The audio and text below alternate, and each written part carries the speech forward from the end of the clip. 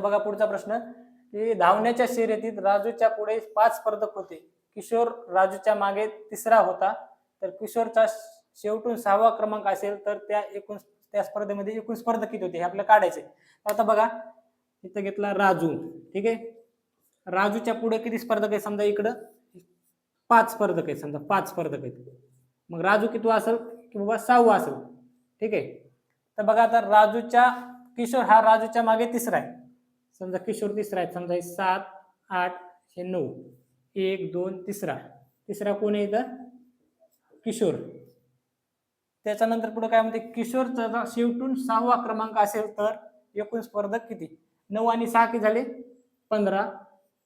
तर 10 11 12 13 14 15 1 2 3 4 5 6 7 व्हायला एक कट करा.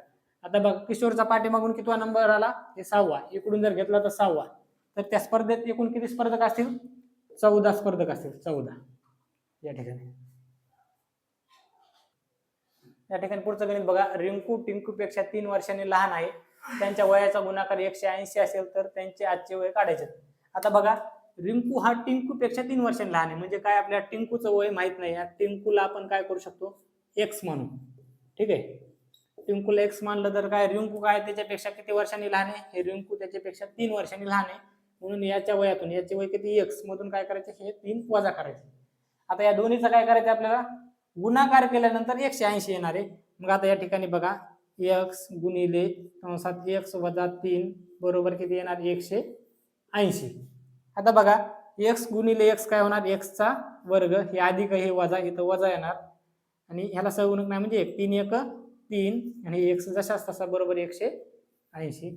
आता हे 180 आपल्याला काय करायचं बरोबरच्या अलीकडे आणले ते काय होणार वजा 180 बरोबर काय राहणार 0. आता ह्याला सहगुणक ह्या दोन्हीचे काय करायचा गुणाकार करायचा 180 180 वजा 180 चे असे 2 अवयव पाडायचे की त्याची काय आलं पाहिजे इथं वजा बाकी 3 आली पाहिजे आणि त्याचा गुणाकार किती आला पाहिजे 180. तर किती काढता येतील आपल्याला 15 आणि 12 दोन निघतात 15 आणि 12. तर बघा इथं किती पाहिजे त्याची बेरीज वजा 3 एक्स आली पाहिजे म्हणजे एकाला अधिक घ्यावं लागेल आणि एकाला वजा.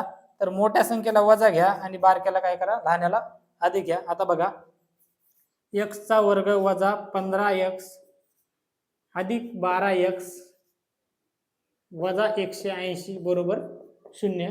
आता बघा याच्यामधून आता आपल्याला अवयव पाडायचे. एक्स मधून काय करता येईल आपल्याला एक्स वर्ग मधून एक्स कॉमन घेता येईल. कंसामध्ये काय राहील एक्स. आता एक्स गुणिले एक्स एक्सचा वर्ग इथं वजाचं चिन्ह आहे म्हणून इथं वजा घ्या. इथं बघा आता इथं किती घ्या 15 कारण आता बघा 15 1 15 इथं 15x येईल. त्याच्यानंतर बघा हे कंस अगोदरल्या पुढं एक्स वजा 15 इथं किती पाहिजे आपल्याला इथं गुणाकार 180 वजा 180 आला पाहिजे म्हणजे इथं चिन्ह अधिकचं पाहिजे कारण इथं वजाचं घेतलं तर वजा वजा परत अधिक होईल आणि इथं 12x पाहिजे म्हणजे इथं फक्त घ्या 12. तर 12 गुणिले x 12x आणि 15 गुणिले 12 180 येतात.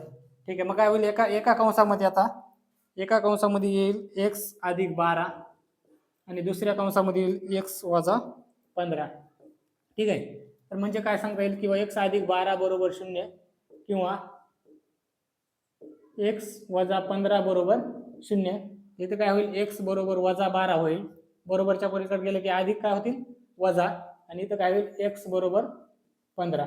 तर इथं काय असते जी ऋण किंमत असते ती घेत नाहीत. x बरोबर काय आलं 15. तर x कोणाला मानलंय आपण टिंकूला.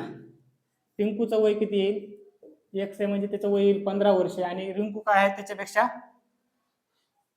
3 वर्षांनी लहान आहे म्हणून रिंकूचं वय किती येईल x वजा 3 घेतलं होतं तर तिचं काय येईल 15 वजा 3 बरोबर 12 वर्ष. हे तुम्हाला मी एवढं समजून सांगितलं पण एवढं काय डोकं लावायची गरज नाही. इथं बघा 10 मधून 7 गेले 3 वर्षाचा गॅप यायलाय पण याचा जो गुणाकार केला तर 10 17 हे येणार नाही. इथं त्या दोघांमध्ये 3 वर्षाचा फरकच नाही हे पण कॅन्सल होईल. इथं आहे फरक मग 12 9 108च होईल. या दोन्हीचाच गुणाकार फक्त 180 येते म्हणून हेच पर्याय आपला सगळ्यात सोपा आहे आणि हे डायरेक्ट आपण उत्तर काढू शकतो. कधी कधी काय पर्यायानं सुद्धा आपल्याला उत्तर काढणं सोपं जाते त्यामुळे आधी पर्यायाकडे पण लक्ष आपण द्यायचंय. यानंतर बघा पुढचा प्रश्न काय आहे की 5 क्रमवार समसंख्येची बेरीज 660 आहे त्यापैकी सर्वात लहान संख्या कोणती. तर बघा आता आपल्याला असं या ठिकाणी पहिली संख्या काय माहिती आहे का कोणती तर माहित नाही. मग पहिली संख्या काय करतो, पहिली समसंख्या काय करू आपण, पहिली पासून त्यानंतर बघा 5 क्रमवार समसंख्येची बेरीज किती आहे, 660 आहे. तर त्यापैकी सर्वात लहान संख्या आपल्याला कोणती ते शोधायची. तर आपल्याला काय माहिती आहे का कोणती पहिली संख्या आहे, तर काहीच माहित नाही. मग काय करायचं, पहिली समसंख्या आपण काय करू, x मानू. ठीक आहे, x मानली. तर दुसरी किती असणार आहे, दुसरी असेल x अधिक 2. तिसरी किती असेल, x अधिक, कारण समसंख्येमध्ये कितीचा फरक असते, 2चा. त्याच्यानंतर असेल x अधिक 6 आणि x अधिक 8. बघा 1 2 3 4 5 समसंख्या झाली. तर यांची काय सांगितली आपल्याला, बेरीज. तर आपण ह्याची काय करू, आता याच्यातच बेरीज चिन्ह देतो, बेरीज करू. ठीक आहे. यांची बेरीज किती येते, 660. या ठिकाणी बरोबरच्या पलीकडे आपण 660 लिहिलं. आता ह्यांची बेरीज करू. x बघा, हे 1 2 3 4 5 5 समसंख्या, ही 5x झाली. हे 1 2 3 4 5 हे 5x झाले. आता बेरीज करू आपण.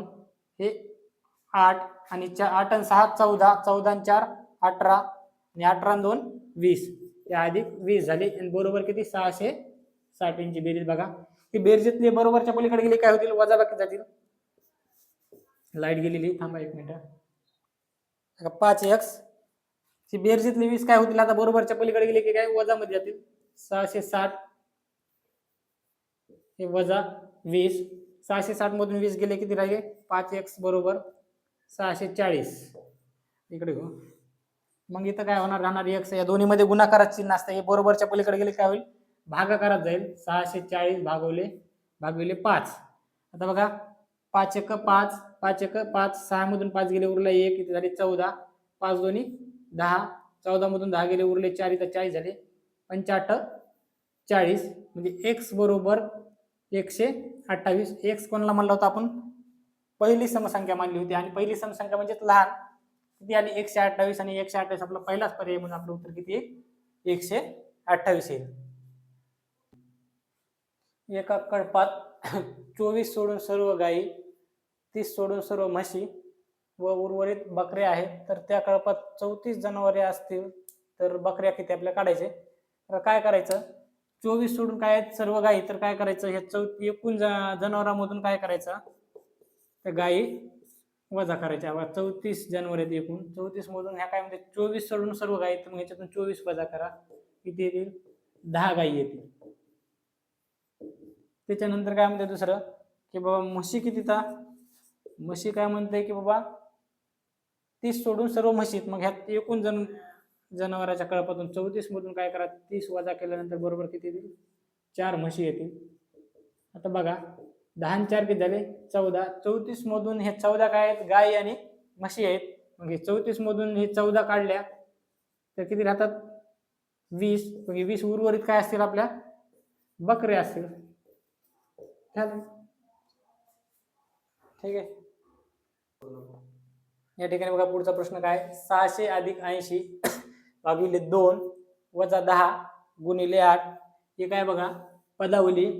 जेव्हा 2 किंवा त्यापेक्षा जास्त क्रिया असतील तर त्यावेळेस काय करायचं, कंचे भागू बेवून सोडायचं. म्हणजे कंचे भागू बेवून, म्हणजे याला इंग्लिश मध्ये काय म्हणतील, बोडमास. म्हणजे अगोदर कंस सोडवायचा, नंतर भागाकार, गुणाकार, बेरीज, वजाबाकी.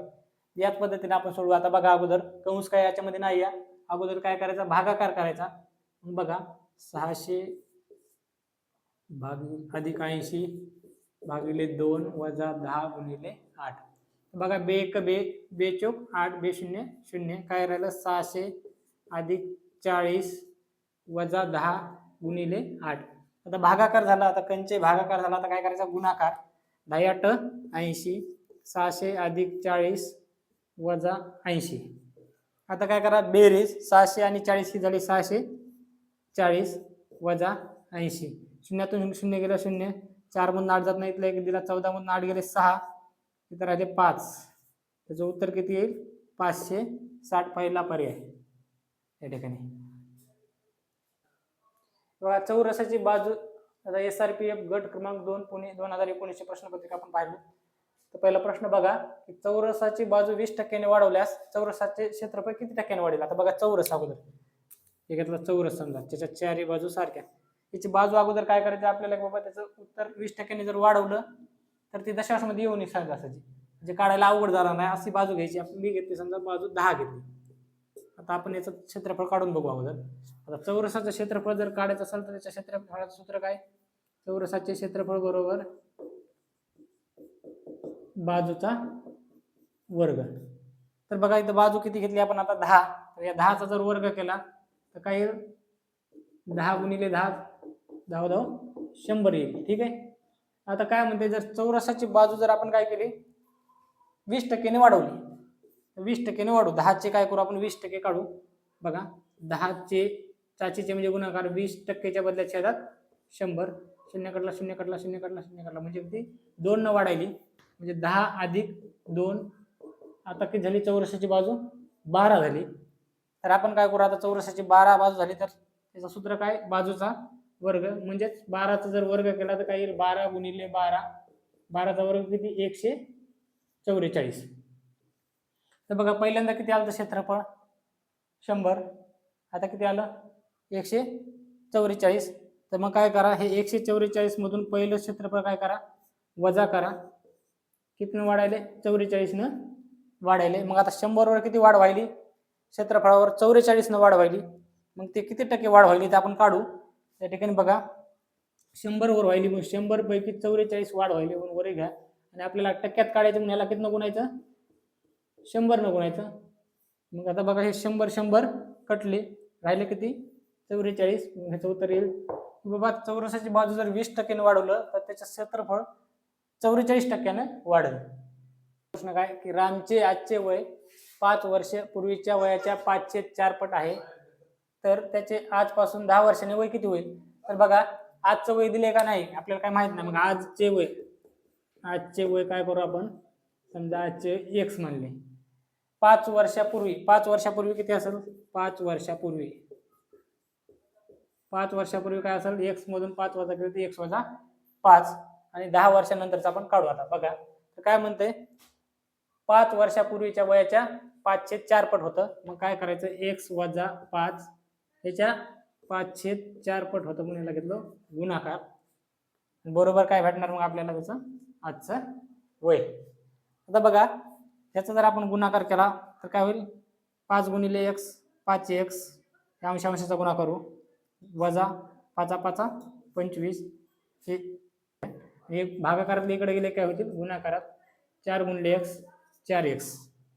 आता बघा हे वजा 25 इकडे बरोबरच्या पलीकडे गेले काय होतील अधिक, इकडले 4x इकडे आले काय होतील वजा, 5x मधून 4x गेलं राहिलं x बरोबर काय आलं 25. x कधीचं वय आहे, x बरोबर 25 आलं. आजचं वय किती आलं 25. आणि आपल्याला काय विचारलं की 10 वर्षांनी त्याचं वय किती होईल. तर 10 वर्षांनी किती होईल, 25 मध्ये हे 10 अधिक केले की होईल 35 वर्ष, म्हणजे त्याचं 10 वर्षांना किती होईल वय 35 वर्ष. पर्याय नंबर 3. तेव्हा पुढचा प्रश्न, पहिल्या 50 नैसर्गिक संख्येची आपल्याला काय काढायची सरासरी. त्याच्यासाठी काय सूत्र आहे की बाबा, पहिली संख्या नैसर्गिक संख्या अधिक शेवटची नैसर्गिक संख्या भागिले 2. जर आपल्याला बेरीज करायची असेल तर गुणिले इथं काय करायचं, फक्त एकूण संख्या करायचं, आपल्याला त्याचं बेरीज भेटून जाईल. आता बघा पहिल्या सांगितलंय म्हणजे पहिल्यापासून म्हणल्या पहिली किती असेल ही एक नैसर्गिक संख्या अधिक शेवटची किती इथं 50 पर्यंत सांगितली म्हणून काय करायला लागलं इथं 50 घ्यावं लागेल छेदात 2. 50 आणि 1 झाले 51, 51 भागिले 2, बे 1 बे 2 4, 5 मधून 4 गेला उरला 1 इथं झाले 11, बे 5 10, उरला 1 भाग जात नाही तर दशांश दिला की 0, बे 5 10, म्हणजे पहिल्या 50 संख्येची सरासरी किती येईल 25.5. पर्याय नंबर 3. बघा पुढचा प्रश्न, दोन संख्येचे गुणोत्तर 2021 असेल आणि मसावी जर 17 असेल तर त्या संख्या शोधायच्यात. तर याच्यासाठी काय करायचं, जे गुणोत्तर आहे त्या संख्येच्या गुणोत्तरला काय करायचं मसावीनं गुणून टाकायचं डायरेक्ट. 21 गुणिले 17, 17 1 17, 17 दोन्ही 34 आणि 0 जशाच तसा. इथं बघा 17 1 17ला 7 हातचा आला 1, 17 दोन्ही 34 आणि हातचा 1 35. डायरेक्ट सरळ सरळ आपल्याला उत्तर पर्याय नंबर 3 भेटून जाईल या ठिकाणी.